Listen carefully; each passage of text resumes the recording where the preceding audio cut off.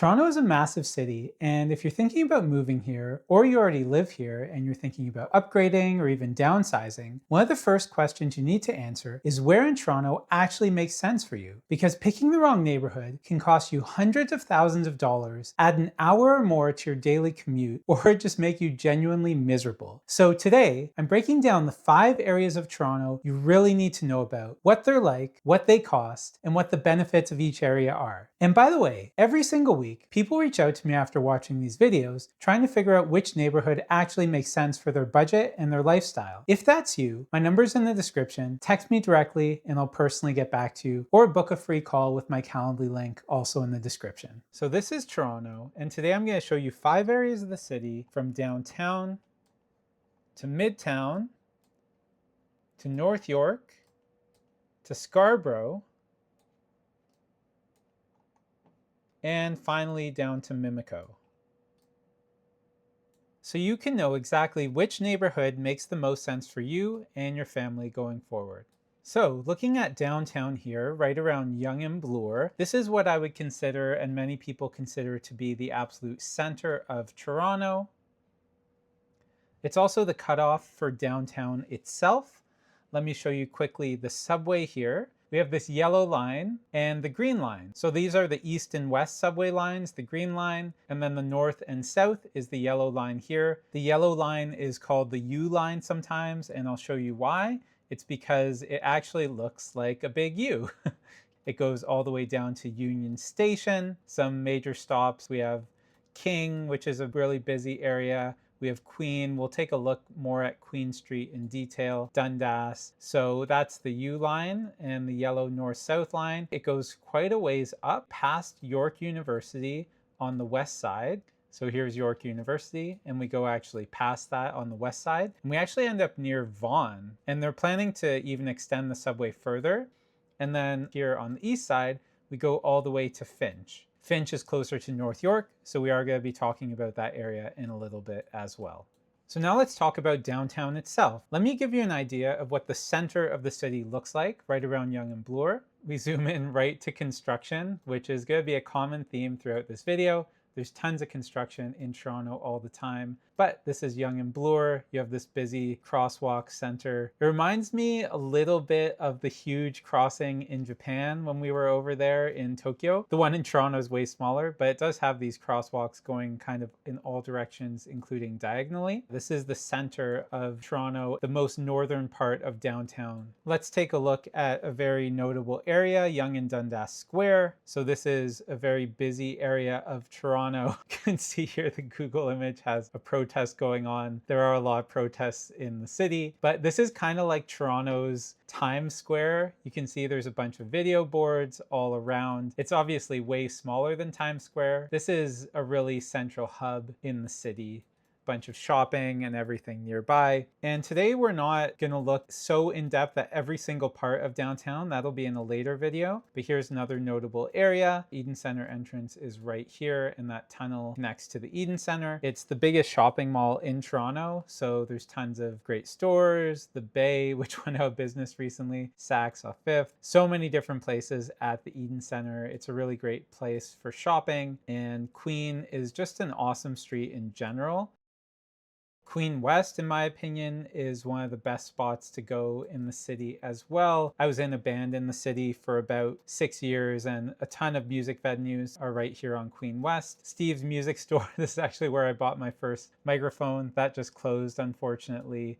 Like a lot of these older stores with online shopping, it's becoming tough. Queen West has great shopping, very walkable. In the summer, there's events going on all the time, great restaurants, everything like that. Another unique part of Toronto is this thing called the Path. This is actually 30 kilometers of underground tunnels that run throughout Toronto, and that lets you get all throughout the downtown core without going outside, which is pretty essential in the winter when it's minus 30 degrees out. It looks more like an underground shopping area, but you can still tell that there are tunnels under the ground, but a pretty unique feature of Toronto. Let me show you what it looks like closer to some of our nice park areas. So the biggest park downtown is High Park. It's one of the biggest parks in the city, and you can kind of get an idea of how different parts of downtown can look. These are typical houses you'll see in the downtown area. You're generally going to get more narrow properties in this area of the city, but near Hyde Park, you do get all this great greenery, tons of trees, walking trails, a common theme throughout this video. This is an idea of a downtown street of what it looks like in downtown Toronto. So you can see quite a bit different than just the condo centered area we were just in. This is more of a residential area. Parking is always limited. Let me show you maybe the most iconic area in downtown Toronto. This is called Canada Landing now. We'll see we have the Rogers Centre, which is where the Blue Jays play. We have the CN Tower. Let's look way up. Whoa.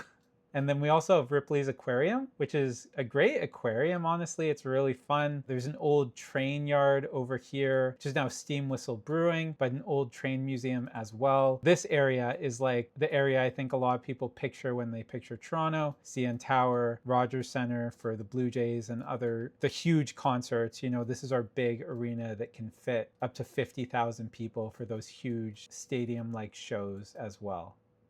So that's a brief overview of downtown, Yonge and Bloor, all the areas connected to the subway. We have the great yellow line north and south, and then this green line going really far east and west. Goes all the way to Scarborough on the east end over here. And then on the west end, it goes past Hyde Park that we were just looking at and goes all the way close to Mimico and ends up in Etobicoke, which is north part of Mimico. We're going to be looking at that area later in the video as well. So downtown is really for you if you're someone who loves walking around, doing stuff, always having some sort of activity going on, not worrying as much about construction and noise because there's always construction downtown and it's always noisy. Price per square foot is higher than anywhere else in the city, like any major cities. That's usually the case. It's really suitable for kind of young professionals and really if you can just afford the downtown lifestyle.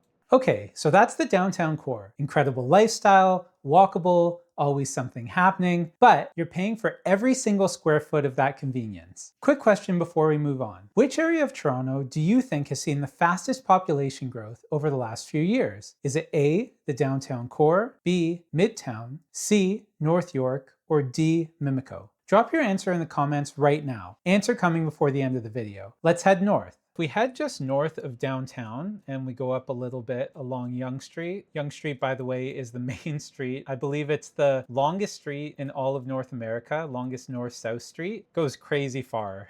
We could just go up there forever. But let's go to Midtown, which is Yonge and Eglinton, the north cutoff for Midtown Toronto. Around where I live closer to St. Clair down here, but we'll take a look at the different areas. So to give you an idea of what Midtown looks like, it's still busy. Yonge and Eglinton has notoriously been under construction. Feels like the last 20 years or so. The hub of Midtown, Yonge and Eglinton Center, which is connected to the subway. You can get right to the subway there. There's cinemas, great shops, restaurants, and there's always construction like everywhere in the city. So I'll pull up the subway again. Now there's this red line that pops up. So you might be wondering, what's this red line? That red line is called the LRT, and that has been under construction, I'm not kidding you, since 2011. So for over 20 years, this has been under construction and it just started operating a couple months ago. It's a light rail transit system that runs east and west. Toronto really needed another major system in addition to the Bloor line that runs east and west. So that's the busiest part of Midtown.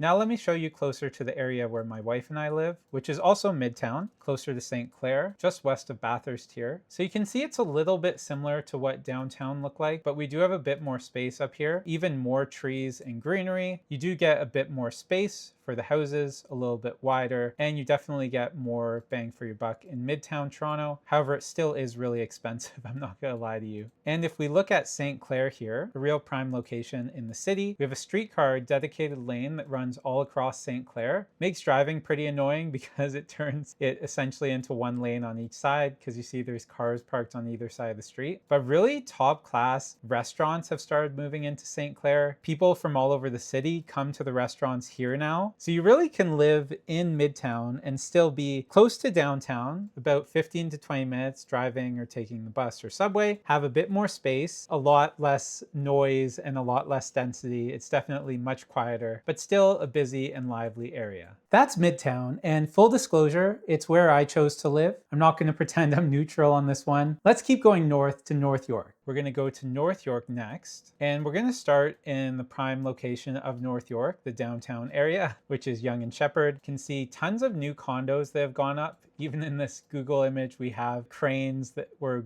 up building these condos. This area is finished construction now, but it was under construction for quite a while. We have North York Center. There's malls here, restaurants, a lot more space than downtown. This photo might not look like it, but you can see the roads are a lot wider here. I'll also point out that the 401, which is the main highway that goes east and west all the way throughout the city and goes super far to Montreal, Ottawa, all those areas. And it also goes west very, very far, Hamilton, way past there. And then you also have the 404 really close to Yonge and Sheppard Center, which is the main highway that goes north and south all the way downtown. It becomes the DVP, and it goes very far north past Keswick. Just look at all this greenery throughout the area. North York does offer better maintained parks, larger parks. Now, to give you an idea of what a residential street looks like in North York compared to downtown, and compared to Midtown, tons of trees, much wider lots, bigger houses. I would recommend it for young families. It's really a great place to live. I grew up in North York by Leslie and Steeles. I had a great childhood here. I think it's a very underrated area of the city, and you still are close to the subway, especially if you're near the Yonge Line. North York is genuinely underrated for what you get. More space, better parks, and your own little city center if you're near Yonge and Sheppard. Now let's go east to Scarborough. So if we go just straight east of here, we're gonna end up in Scarborough. The cutoff for Scarborough, most people say, is Victoria Park, right here, Vic Park Avenue. You can see again, there's just all this greenery running throughout Scarborough. Scarborough is really massive. People don't realize quite how big it is, but just look at this. This whole area is Scarborough. So just like we did in the other areas, let's start in the busiest area of Scarborough, which is Scarborough Town Center. It's a huge shopping area right off of the highway, but you still have these condos popping up right beside it. And this is more of those big power centers that have been copied and pasted throughout northern and east and west Toronto. Not so much in Midtown or downtown because there's not space. Makes things really convenient, to be honest, when you're driving around, doing shopping or errands. So this is a Scarborough suburb. Again, you have lots of trees running throughout. You do get even wider lots and bigger properties. Scarborough has the lowest housing costs in the whole city. There is quite a lot of value to be gained by moving here. Scarborough is one of those areas where the reputation hasn't fully caught up to reality yet. There's genuine value there if you know where to look. Now let's head southwest to Mimico, which is probably the most underrated neighborhood on this entire list. Now, moving away from Scarborough, if we go kind of just a straight shot southwest, this is downtown Toronto once again, keeping along the water, we'll get to Mimico. Mimico is a newer area, and some people call it New Toronto. You can see the New Toronto label. I personally love Mimico. You can see it's actually really close to downtown Toronto. So here's Mimico, and then here's downtown Toronto. Here's High Park, and there's Mimico. So it's really not that far. And you do have running trails that run all the way from Mimico across downtown. So let me show you this. These trails right by the water, look how pretty this is. This is a marina, but this trail will take you all the way back to downtown Toronto, which is pretty awesome. Mimico gives you this really quiet neighborhood waterfront vibe without having to pay those downtown Toronto waterfront prices, which can be pretty crazy. And it's honestly way quieter, tons of good running, way more nature. We also have Mimico Go Station, which can get you downtown to Union in just about 20 minutes, which is pretty great, by the Go train. Important that it's a Go train. The Go trains are much faster than the Go buses because they're running on a train track, so they don't have to deal with traffic. Just like the other areas of the city, we can see tons of condos have been popping up here in Mimico. They're all fairly new buildings, and they've really turned the area into a great spot to live for families, for young professionals. This is what I would describe as the main Mimico Plaza. It's not nearly as big as something like in North York or Scarborough or Midtown, but you do have all these condo buildings centered around it. You have the water just right over here past these Shore Breeze towers. That's what those buildings are called. In this plaza, you have your banks, you have a pharmacy, Shoppers Drug Mart, you have a Starbucks, Metro, there's a gym here, Orange Theory, which my wife and I go to, a breakfast spot, Sunset Grill. So it's a really nice little plaza where you don't really ever have to leave Mimico if you don't want to. So close to that main Mimico downtown area, you have this beautiful park. And then you have that same walking path that we were just on. The water is just over here, and that's that same running and walking path. And look, in the distance there, you have the outline of Toronto. You have the CN Tower, you have the Toronto Island over here. So just a really great spot, and honestly, really underrated. A lot of people don't know or think about Mimico. Quiz answer time. If you said B, you got it. Midtown, specifically the Yonge and Eglinton corridor.